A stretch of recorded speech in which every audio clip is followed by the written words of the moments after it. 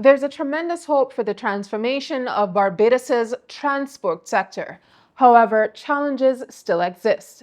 Increased wait times, security and safety of PSV operators, and hopes generally for a cashless system. Joining us for this special episode is Chairman of the Alliance of Owners of Public Transport, Mr. Roy Raphael. This is One on One. I'm Michonne Robinson.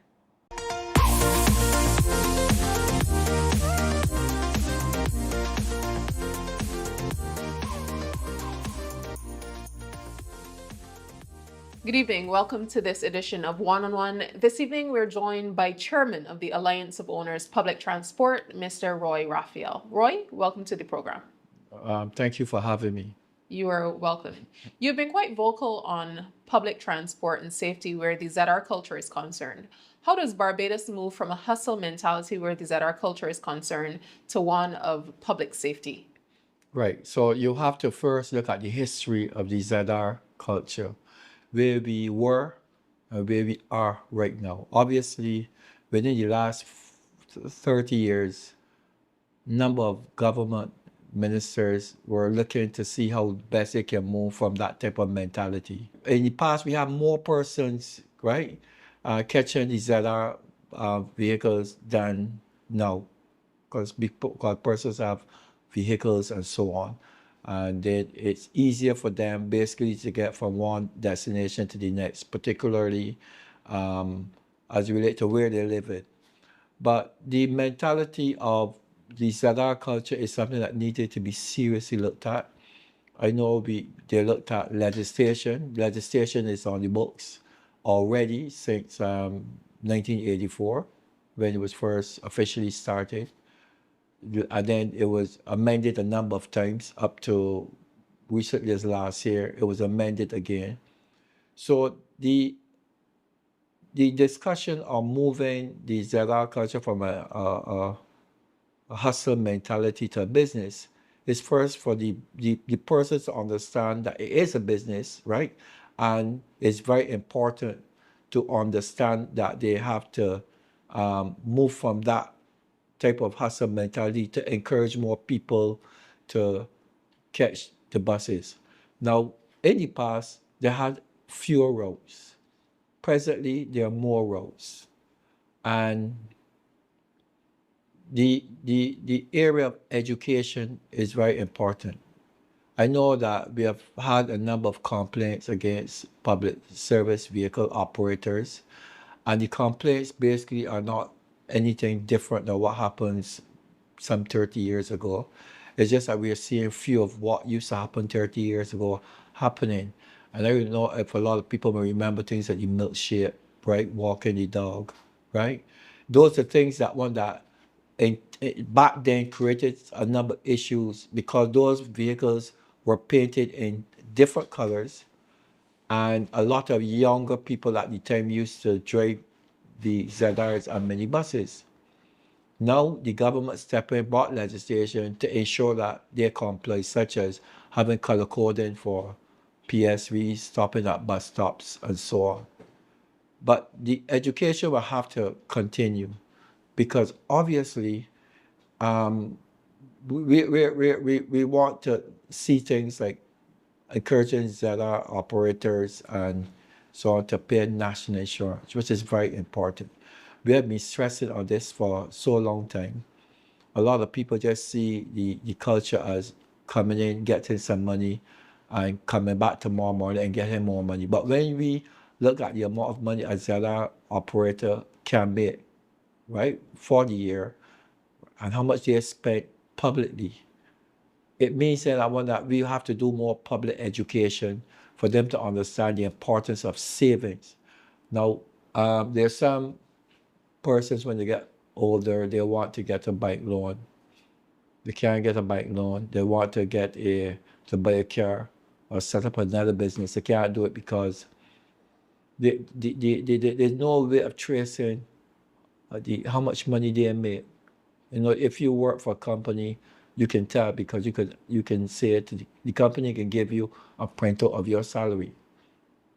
With these ZRs, it's things that happen now and there's no record to show well this guy makes $200 a day or $100 a day, so therefore we can give him a loan. And whose fault is that? The fault basically come around that lack of education. I will put it that way, lack of education, because when you look at in the 30s, in 30 years ago, we had a mere 200 to 300 public service vehicles. Today, we have around 1,200 public service vehicles. We attract a little over 300 PSV workers, right? And we are now doing a study to find out why is it that a lot of people don't want to come into the PSV sector as a driver or a conductor. Why? Because with a public service vehicle have 1,200 PSVs, right? We have 1,200 PSVs. I mean, a person's work for, sometimes you can have a conductor working for as much as $100 a day, driver $150 a day. That's probably likely to be more money than what someone might work for at the gas station.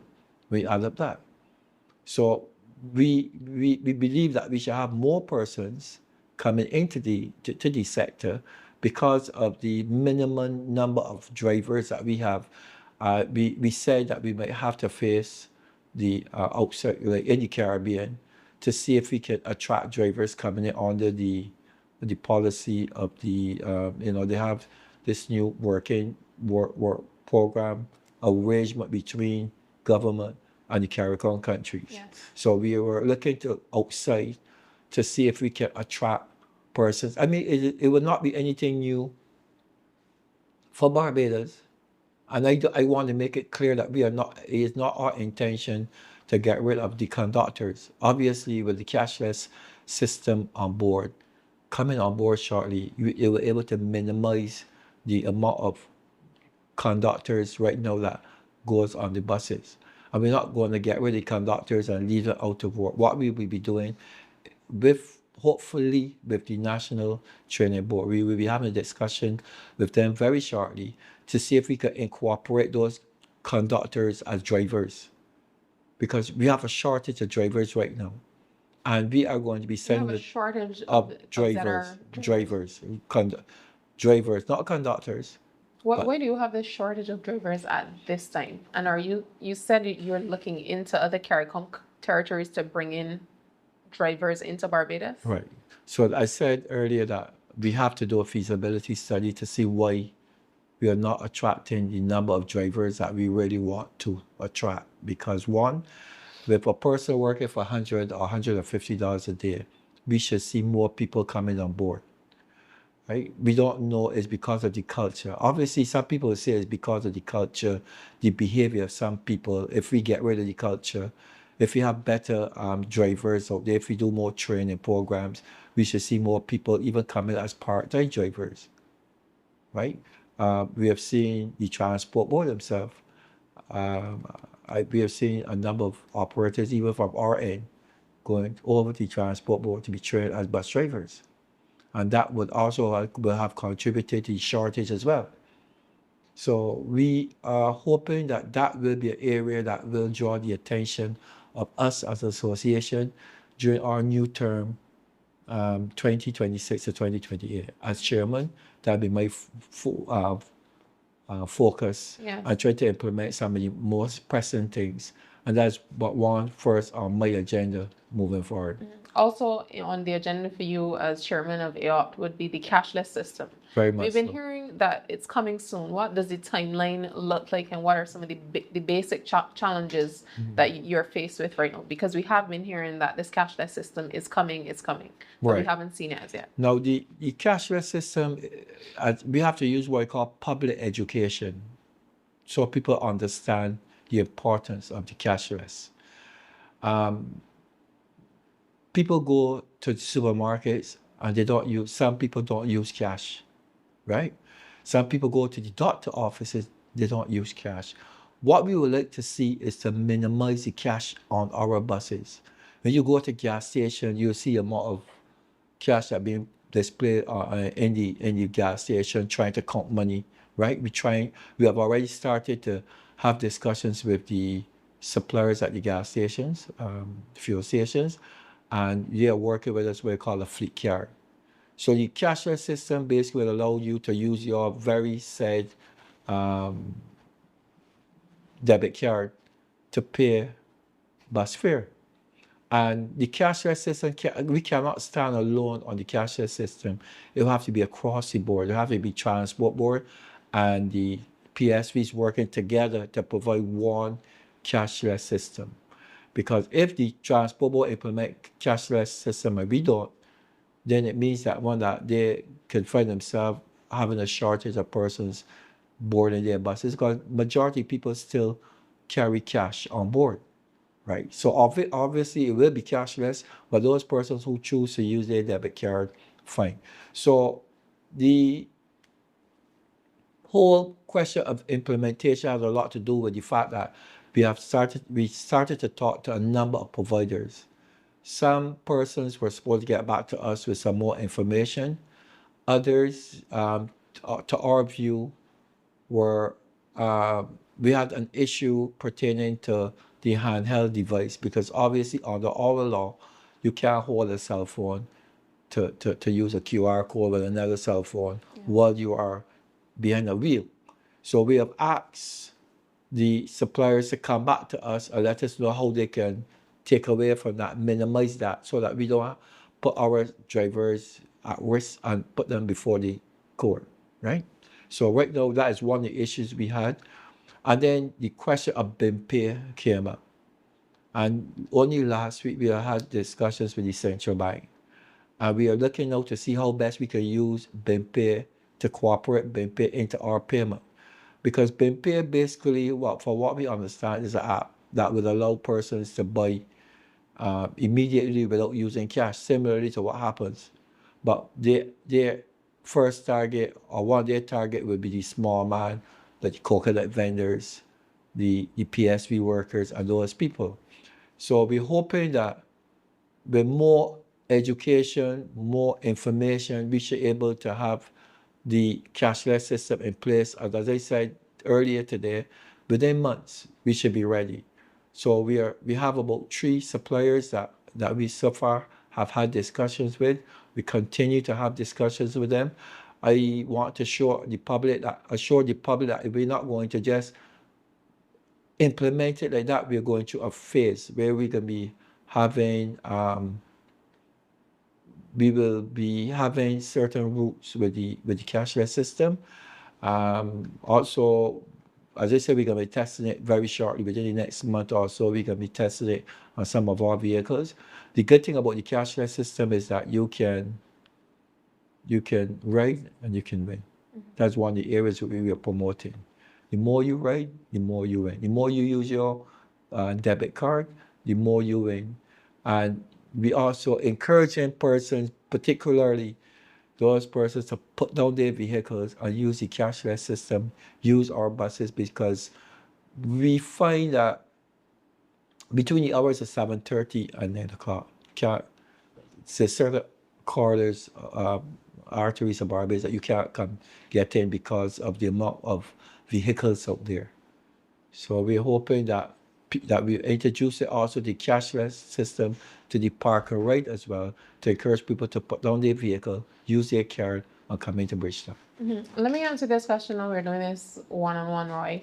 Some may argue that you're pushing for this cashless system, which includes a lot of digital technicalities, but you still have persons who are employees of the ZR vans who still can't apply for car loans, who still can't, they're having challenges with that upward financial mobility. What is more important? But there are two things here we're talking about. What we want to do is that anybody can use with a cashless, with a debit card, right? So that's fine. The smallest check, you can set up a PayPal card and give it to them, and they can use it to get on and off the bus.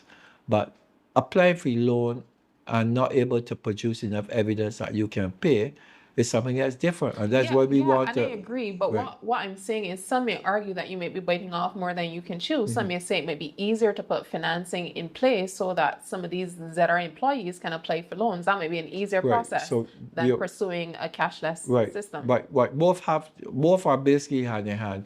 The putting measures in place for those persons who want to buy vehicles or get a loan, right, is basically up to them, right? We've already started talking to the credit union and some bankers who are willing to work with them under our money management program.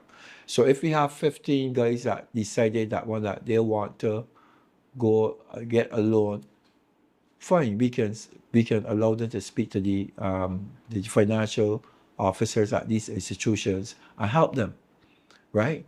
But the cashless system basically is there to minimize the risk for us carrying large cash, right? Which will save us from getting targeted in criminal activity. I mean, after 6 o'clock, some of our members are fair on going on certain routes. We have had the rare sad event of had to assist in burying one of our drivers because he got into someone criminally shot him while he was on duty, right? And so we want to minimize that. Basically, we are going to encourage. All we can do is encourage. We can encourage people to do the rightful thing. Stop carrying cash between their fingers to attract those type of elements. We can say to them, put cameras in their vehicles so that the police can see the footage of those, similarly to what happened to the guy there, that the working number 11 bus, where, right, the camera is who helped build a case, right? So those are things we encouraging persons to do. This is not 1981, right? This is 2026. And where we were and where we are right now is totally different. So the safety of our passengers is paramount, as well as our operators, and we do not take any criminal activities against our operators very lightly, right? We are going to make sure that these people feel the full weight of the law. Recently, we have seen a slight increase in criminal activities against our public service vehicle operators. Roy, at this time, we're going to pause for a short commercial break. But when we come back, we want to touch on where this all began for you as a community leader, even as you juggle the dual responsibilities as community leader and as chairman of AOPT. We'll be back with more one-on-one with chairman of AOPT and community leader, Mr. Roy Raphael. Please stay with us. Every child's future begins at home, and every parent at some point needs support. For over 50 years, Paradise has been helping families in Barbados build stronger, healthier relationships, one parent, one child, one conversation at a time. Through parenting workshops, early childhood programs, and community outreach, Paradise equips parents and caregivers with practical tools, guidance, and encouragement. Our work strengthens families, supports positive child development, and helps create safer, stronger, nurturing homes. When parents grow in confidence, children thrive. When families are supported, communities become stronger. Whether you're raising a toddler, guiding a teen, or caring for a child in your extended family, you are not alone. Reach out, learn, connect, because better, positive parenting builds brighter futures. Paradise, building stronger communities, one family at a time.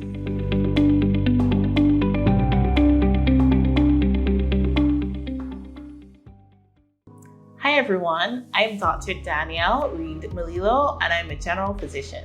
Today we're going to have a casual talk about HIV and AIDS.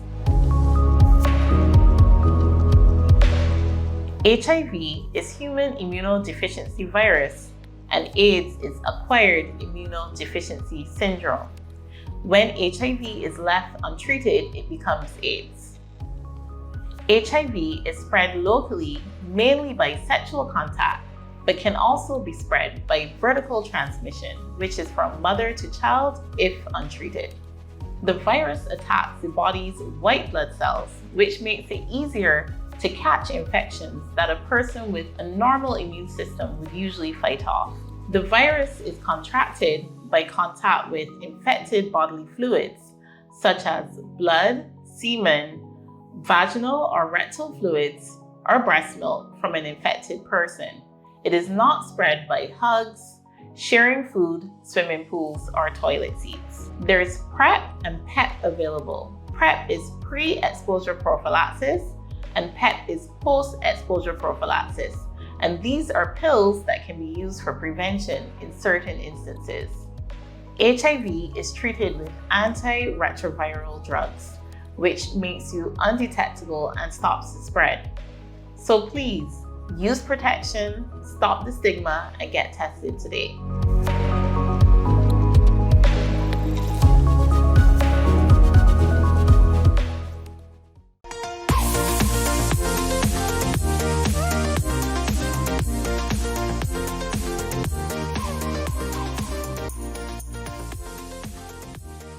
Welcome back to this edition of One on One. We're happy to have with us on set the chairman of AOP, Mr. Roy Raphael. Roy, we promised our viewers in this segment to touch on your community work, your community involvement. You're juggling the role as chairman of AOP, but where did this all start for you? I know you mentioned your early days at Ellerslie, and in fact, you're also a theater arts practitioner, which a lot of Barbadians may not know. Right. Okay. Well, thank you for that question. It all started, as I said earlier, to you, right? At LSE school when I was basically in second class. And, I remember the days of Mr. Bradford. He was our principal or headmaster at the time. And I remember I was just called upon suddenly just to get involved into what we call the theater arts because one boy that was playing had a skip to do drop out. So it left with so many people out there, I can't find him for me to had to basically perform his role. And it was well accepted by the persons in the audience. I was congratulated. So it started really there for me. And then I had a number of organizations. I started the Secret Service Society with a few of us, 7 boys. We meet after school on LSE Pastor. We will put together this group called the Secret 7. We will read a number of Eden Blyden books and so on, Hardy Boys and so on.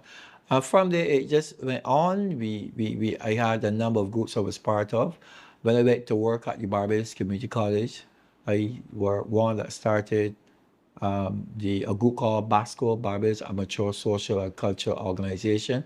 But before then, we all got together as friends and families, put together the Village Theatre Workshop. And in those days, crop over were mostly a cultural setting where you used to have folk groups and youth groups and church groups and so on. You had to compete against each other. And I remember some of the groups I remember competing against is the St. Augustine's AYPA, St. Matthew's AYPA, and a number of them we competed against. But it started to develop for me while I was at the community college. At community college, I was able to form the Basco youth group. I was also able to be part of the Small and Raphael modeling group. As I said earlier to you, I started playing drums. I was a dramatist. I used to teach drama as well. I competed against some of the best groups, such as People's Theatre Workshop with Guy Goring, Tony Thompson, those people. So I went on, and then I were able to be part of the Barbados Tourism Club, which was a very successful organization, which created opportunity for a lot of young people in the tourism sector. And I remember we used to carry a number of persons up to today. Some people that was member of the tourism club still working in tourism industry, because during the summer we used to get job attachment programs for them, and then people used to travel. We used to take children from different schools on a picnic or excursion tour to another island, leaving 7 o'clock in the morning and coming back 7 o'clock in the evening. One of the time, Mr. Shane Pilgrim, who was then the manager of the Caribbean Star. And then a number of school children benefited from that program. We had a program called Being a Tourist for a Day, where we identify schools, fellows off the block, and they used to go to the airport. They would, the whole visitors would come. We go to the airport. We have persons showing us what the airport parts, things like departure, arrival, airplane. Right, we were able to tour the Concorde. From there, we were able to go to a hotel and have lunch at the hotel. Return back to the hotel. People had a greater understanding of what we call community tourism. So we traveled to a number of countries, as well as I was involved in a number of international organizations, such as the Caribbean Youth Conference. I were able to go to St. Lucia and work on a number of projects. The regional community councils down there. I work a lot with the National Youth Council.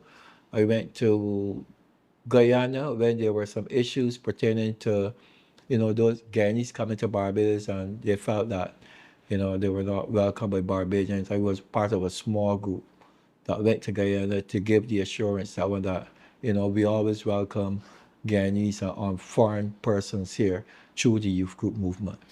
So it started there. I also was part of the Caribbean Youth Parliament as well. And this was sponsored by CYC. Every year we will go to different countries, St. Kitts, Antigua, Grenada, Trinidad. And at the time there were a debating society which played the role of like members of the parliament. And we had two teams. We had the opposition, and we had the ruling. This is a toss up a coin, and whoever, right? We have the opposition on one side and so on. So I remember that I was the Minister of Education at the time. We were debating drugs into schools and the impact they had on school children. So that was then, and then I went on to form Eden Lodge Community Council. I'm from Eden Lodge, and at the time, I saw a need for having the community groups, right? So I formed the Eden Lodge Community Council, and that organization was a very successful organization, similarly to what we did. And while I was at the BCC, a thought came to me, and I said, why the Youth Parliament got a debate against themselves? So I got in touch with Corey Lane at the time, and I had a couple of persons, some students from BCC who were very much interested with the plan they had, and we put together the YLB, Young Leaders of Barbados, Debating Society, right? We used to debate on Saturdays at the Ministry of Education against the Youth Parliament. What I would like to see, though, is I would like to see more young people entering into the way of politics through the same YLB, Young Leaders of Barbados, and to encourage young people to come out. Because when you look at it, leadership is very important. And one of the things I'm seeing, and I'm not very happy about, is the fact that we are moving away from the grassroots type politician, right? And yes, I know some people are saying that most times it's a friends and family situation where people get in sort of help you. But I think the time have come for government to seriously look at those persons who have made a contribution to society and what they have been doing. Don't let their memories slip them by.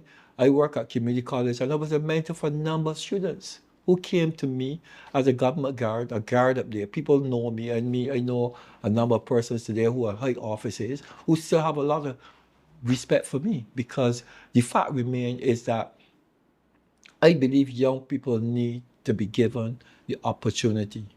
And I'm happy that the our Prime Minister, the Honorable Mia Mottley, will have seen fit to bring young people into her Senate and her Parliament, right? To encourage those young people to get involved into the leadership. But more so, rather than just having a youth parliament, because just rather than just having a one youth parliament, I would like to see the government or the opposition holding one youth parliament opposition with young people, and the ruling with the ruling people, and having debates that how we used to do on Saturdays. And as I said again, I would like to You don't encourage. think the Young Socialists with the Barbados Labour Party and the Young Democrats with the Democratic Labour Party would suffice? I think they would, but I'm talking about a debating Having society, ongoing public debates, debates right? outside of the election Outside cycle. of the election. I would like to see that. I know it has been very successful in the days of Corey and myself, right? Because some people, and this would have come out of the Caribbean Youth Conference. Yes. Because a lot of persons like Nus Nadia, he was the chairman of the Youth Council, and he then became the Minister of Tourism in Guyana. Then he now the speaker in Guyana. There was Mr. Bubbles from St. Vincent. He too became an active politician. So I would like to see that. I will, as I said again, I wish I emphasize, we need not to forget the grassroots type persons in society who often see and know a lot. So I would like this administration to consider bringing those persons into the debating society, bring them in as part of government policy, so that we can have the views not only of those persons who was identified, but persons down there who often see what happens and that can make a minimal contribution to society. Do you think there should be any concern? I know you made mention of the importance of community leaders, grassroots leaders built from community trust. Do you think there should be any concern generally about grassroots politicians contributing to the international scene? Debates or ongoing conversation with the International Monetary Fund and the World Bank. Do you think we should have any concern? Yeah, but there's no, I don't see it as a concern. It's mostly as a person contributing, because, I remember years ago, I was part of a team, the IADB team, right, as a missionary. And the work of a missionary for a country is basically for them to get a different view of what government put. As a person that lives in Eden Lodge, and as a youth group leader, I join other youth group persons to sit on as a small team to say to them, what is my community like? We have persons that live into a unit, probably about 5 or 6 families, and now people understand why those units were built, right? And sometimes a lot of persons could not move from being in the unit into public elsewhere. They're able to move from one area to the next. So being at the missionary at the time, I was able to come up with some ideas, which they will say, oh, yes, the government put a proposal to us to build roads for communities such as Eden Lodge or so on. And we would say, yes, we really need it. The roads are bad, right? And those, we could give them from our view as a person who live in the community, who are community leaders. So therefore, they will get a different view as relate to, poverty, welfare, women's advocate, right? Those areas that confront the community every day. Roy, many people start community groups, but a few of them actually sustain these groups. What has been your secret to sustaining and the longevity of community action? Well, people is very important. Having a plan and know exactly what you want. For example, it's not very easy to have people follow you and to try to achieve your goal, right? But you must make people understand where you are and where you want to go with it. For example, when I started Eden Lodge Community Council, nobody knew about Eden Lodge. Nobody never even heard about Eden Lodge. People knew about Lodge Hill Landing Scheme. And then the near Eden Lodge keep coming up all the time. Then you had Eden Lodge, you had Pinelands Creative Workshop, you had Haynesville, and you had a number of other community groups started up. So I'm saying the love of people, assisting persons, development, those are areas in which people will want to give back. And there are a lot of unsung heroes out there who people don't know about. And I'm saying that the time have come for government to identify these people. I mean, I don't want to only see names of prominent persons on roads and government buildings, but there's a number of people who have contributed to the working of the communities, right? We have a guy in a Lodge called David Harris, for example. He started the first Eden Lodge Youth Foundation, right? Recently, we were given the key to Eden Lodge for a guy called Paul Frank. He was one of the first PSV drivers, right? He worked about 40 years at Eden Lodge, taking people to school, waiting for them. And it went to the time now where he had to retire, and then we presented a key to Eden Lodge so that we let him know, as long as he's alive and well, as long as he's around, he have the key to Eden Lodge. So these are things that we need to do, identify these people in your community, not only politically because you might line to a political party, but set up a working committee or special committee that will identify these people, even if you mark them as the heroes of the community, put a plaque or some kind of educational material to educate the younger people about those persons, even when they're gone on. Roy, at this time we're going to pause for another short commercial break. But when we come back, we're going to touch on leadership and your continued vision for AOP as well, and also your vision for Barbados as a community leader. We'll be right back with this conversation with Chairman of AOP and Community Leader, Mr. Roy Raphael. Feel free to stay with us. If you have a disagreement, violence don't make no sense. Don't let pride get in the way. Live to see another day. If you have a disagreement, violence don't make no sense. Don't let pride get in the way. Live to see another day. Step back, Jardis. You ain't gonna finish what I'm starting. Right. Every time a gun busts off is another you gone. The future's like a hard luck. This we island, we can't keep it silent. We sick and tired of the violence, and they got the people frightened. Nearly every headline you will find some. Another you gone in a brutal one. Life in jail or funeral. Use your head, the shed for street cred. Cause you get disrespect, don't mean you gotta use a gun. District families offset. In the end, everybody lost in. More life, let me left out the guns. More love, more peace. That's a better target. If you have a disagreement, violence don't make no sense. Don't let pride get in the way. Live to see another day. This message is brought to you by the Criminal Justice Research and Planning Unit. Hi everyone, I'm Dr. Danielle Reed Malilo and I'm a general physician. Today we're going to have a casual talk about herpes simplex virus. Herpes simplex virus is a viral infection that has two subtypes, type 1 and type 2. These are treatable but not curable. Type 1 usually causes lesions around the nose and mouth, and type 2 usually causes lesions below the waist. These lesions can be itchy and painful and can be singular or in clusters. It is spread by skin-to-skin contact with active lesions which may be out of the scope of a condom. Herpes simplex virus is easily treated and should not be stigmatized.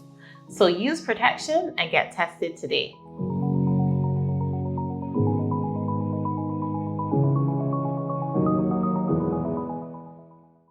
Hi, I am Corey Springer. I am the founder and chairman of the board of directors of the HURT Initiative, Barbados Registered Charity 1419. We were established in February of 2019, but we started operations 6 years prior, and our mission statement is to reach underprivileged families, bridging the gap between those who have those who have not, especially at times of year when we as a community tend not to think about people who do not have. We like to emphasize healthy groceries. So one thing we do is provide 1 to 2 weeks of healthy groceries to impoverished families. If you're looking for us, you can find us on social media, IG in particular, at Help Us Reach Them. Bless.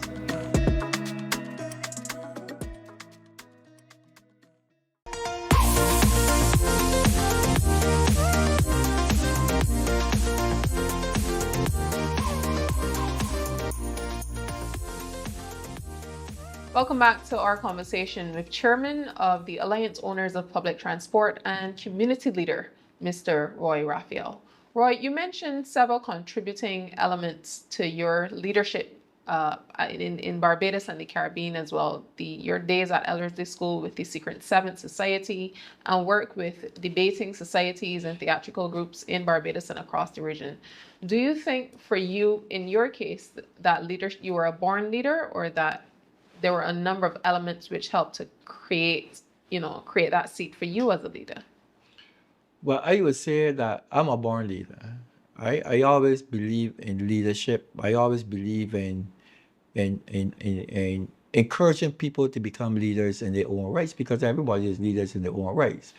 And what I see myself as a person that can contribute to the development of Barbados moving forward. I mean, you got some people who believe that when you reach a certain age, right, you can no longer contribute. I don't I don't agree with that. I believe that everybody have a role to play, and I would like to encourage those persons who have leadership position who need to come forward to do so, and don't let no one stop you or believing that you can't do it, because obviously as a leader, you always need leaders. You always need someone to step up to the plate. And if you have the ability to do so, I believe you should let your light shine and encourage people to see.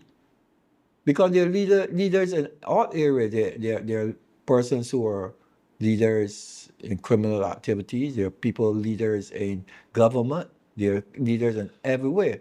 But the better and the rightful leader is the one who can command, right, the respect, and to encourage particularly the younger person to do the right thing. For leader not born, you alluded to the fact that you are a born leader. For leaders not born, how do we encourage and cultivate leadership in young Barbadians? Well, first, you must see yourself as a leader. Because everybody come to this world have a task, right, on their hand. Even if they are leaders or they're not leaders. If they see themselves as a born leader, well, they might need to take on the role of a leadership. If you see yourself as a follower, you make sure that you are being led in the right direction rather than the wrong direction, because there have to be leaders and have to be followers, right? So everybody have their part to play. It's very important. So therefore, those who are followers, you could also become leaders as well, right? But I want you to become leaders in the right direction. So because you need to remove yourself from the part of followers and become a leader, step yourself up to the plate and encourage those persons as well who have never given the opportunity to become leaders. And that's why it's important to have government, private sector, everybody on board. If you see a person trying to be a leader, encourage him to become a leader. There are some people who try to push down prominent leaders because they don't want them to be out there. But leaders are not made, they are born. And therefore, I would like to encourage both government and the private sector. And I would like to congratulate or encourage the government of this country to continue to encourage young leaders. Remember, one of the groups I formed was the YLB, Young Leaders of Barbados. Encourage them to become leaders and great leaders of this country, Barbados. While you speak to leadership, for you sitting at the helm of EOPT, obviously there are other younger persons within EOPT who would have the potential of becoming leaders as well. And you spoke to the importance of training and certification for many of your partners within the Alliance Owners of Public Transport. Can you speak to that and what we can expect in terms of continuous training for some of the leaders within EOP as well? Right. So we try hard very much to. Only yesterday the committee, we have a new committee on board, which will serve for another 2 years, and I want to thank my executive for inspiring confidence in me again to give me another term. And my first order of the day is public education. I've now introduced the new portfolio for our communication officer, Mr. Mark A. Haynes, who is now the new CEO of our organization. I've added public education to his portfolio. Why? Because it's important that we need to educate the public about public transport, right? And encourage them, particularly young people who want to get a vehicle, a taxi, who want to get a public service vehicle, to encourage them to get on board and to show them how they can go about. 'Cause often people see a ZR van running a particular route, and they say they want a ZR permit, right? Not knowing what they're going into. So our public education officer will be in a position to assist them, to let them know why they want to get a public service vehicle permit, some of the challenges first that they will probably encounter having it, being involved into the public service vehicle operations, such as what happens daily, the public criticisms that we have, and some of the operators that we are attracting at this time. So our public education officers will have the role to educate new people who entering into the public transport arena, for them to have a better understanding what are they going into as they come into the public transport sector. There are a number of Barbadians who are interested in having a side hustle along with their jobs and forms of employment. Some people are looking to have hired cars and ZMs, ZRs, all types of additional income streams. What would you say to persons who may be watching the program this evening in terms of the responsibilities and characteristics needed to manage these other responsibilities? Right. So I would say to them, do your research first. Understand what you're going into. Understand what it means to have a hire car, a taxi, a BT permit, and so on. And also do research as related to the insurance of the vehicle.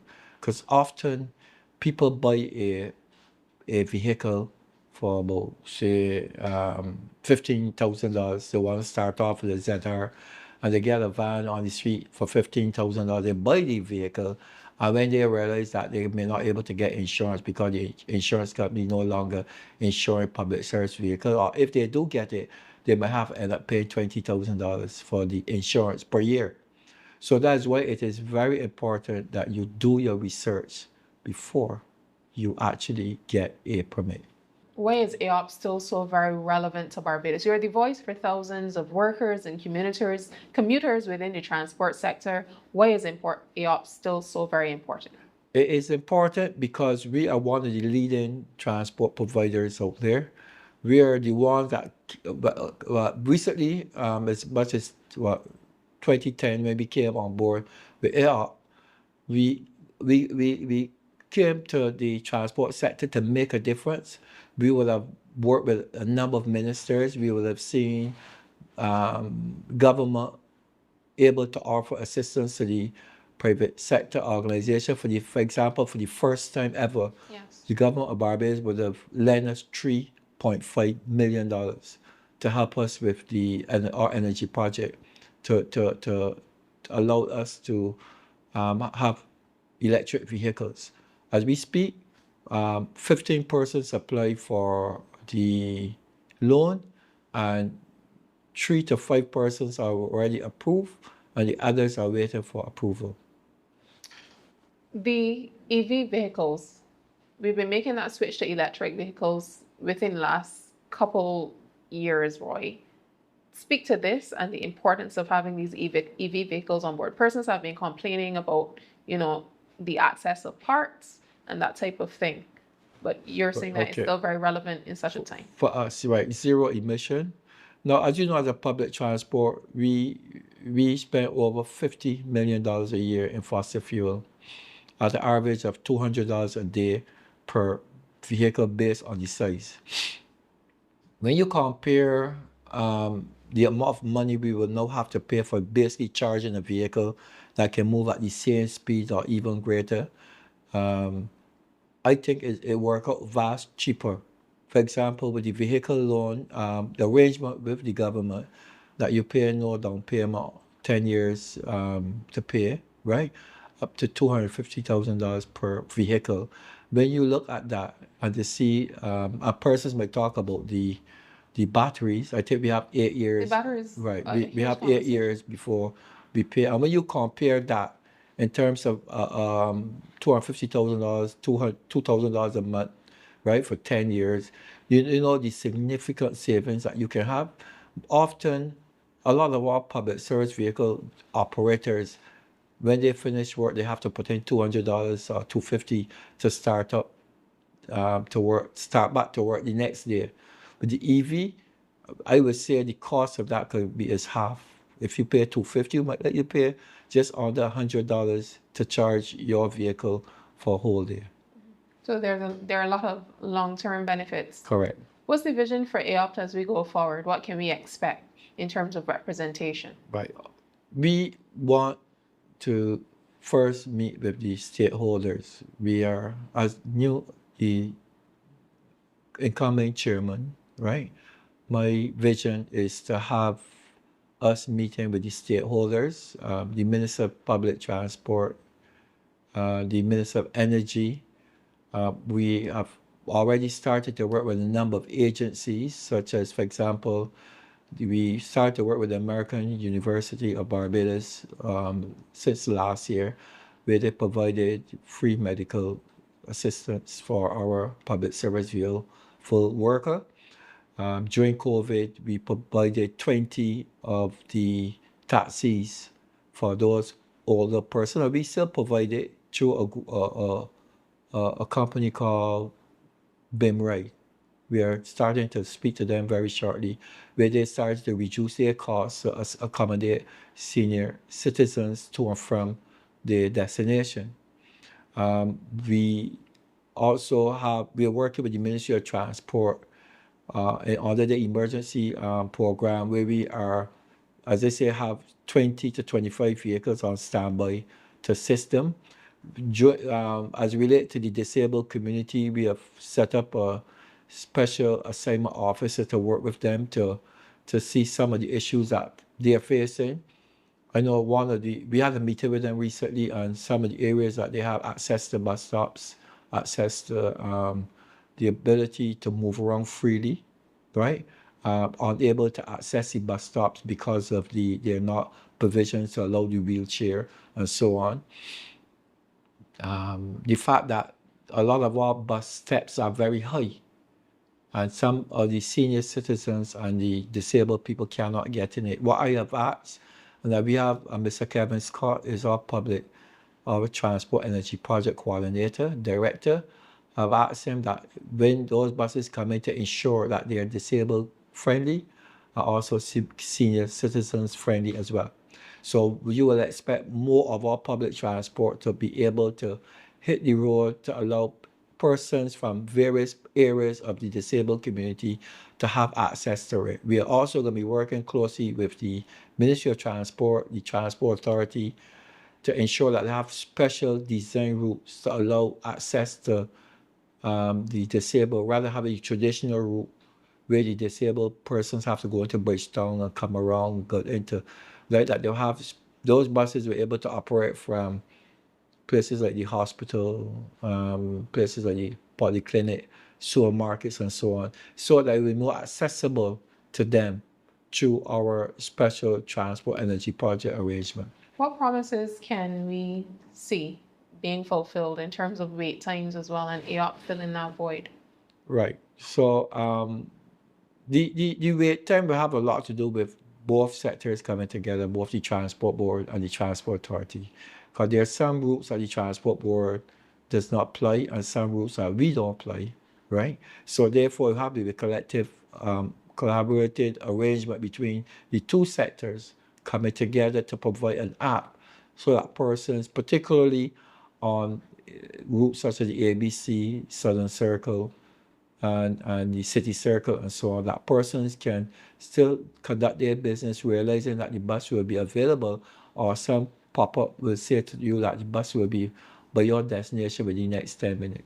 Roy, most certainly it was a pleasure having this conversation with you from the halls of Ellerslie to representing Barbados on the regional and international scene. Wishing you all the best as chairman and as one of Barbados's community leaders as well, who's well respected.